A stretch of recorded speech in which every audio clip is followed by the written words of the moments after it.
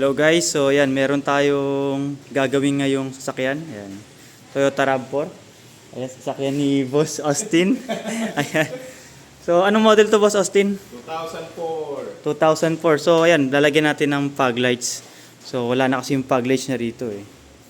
So, yung last time yan, nilagyan din namin ng projector headlight. So, knob sight. Yung in-order ni Boss Austin. So, madali lang naman palitan yung, ayan, yung headlight nung RAV4 kasi nakalabas lang siya.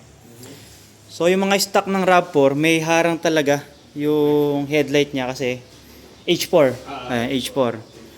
So ang ginawa namin, tinanggal namin yung harang para maikabit yung projector na yan. So plug and play lang yung projector niya, which is mas malakas kaysa sa stock. So yeah. So, lindang ko ng konting alignment. Pero yun nga, merong konting issue pa yung headlight ni Boss Austin.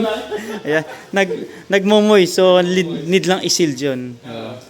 So, ayan. Ang gagawin namin ngayon dito is yung fog lights. Tapos, papalitan namin yung fender liner. Ayan, ng side na to. Kasi yung stock na fender liner niya, ayan, wala na. Naubos. Naupod. So, yung sa fog lights namin, syempre, is may fan. So, negative siya pag naturitan ng tubig o so mag-stack up. So, yung gagawin namin guys ngayon. So, ayan, magta-timelapse na lang kami. So, okay guys. So, samahan nyo kami ni Boss Austin. Yes.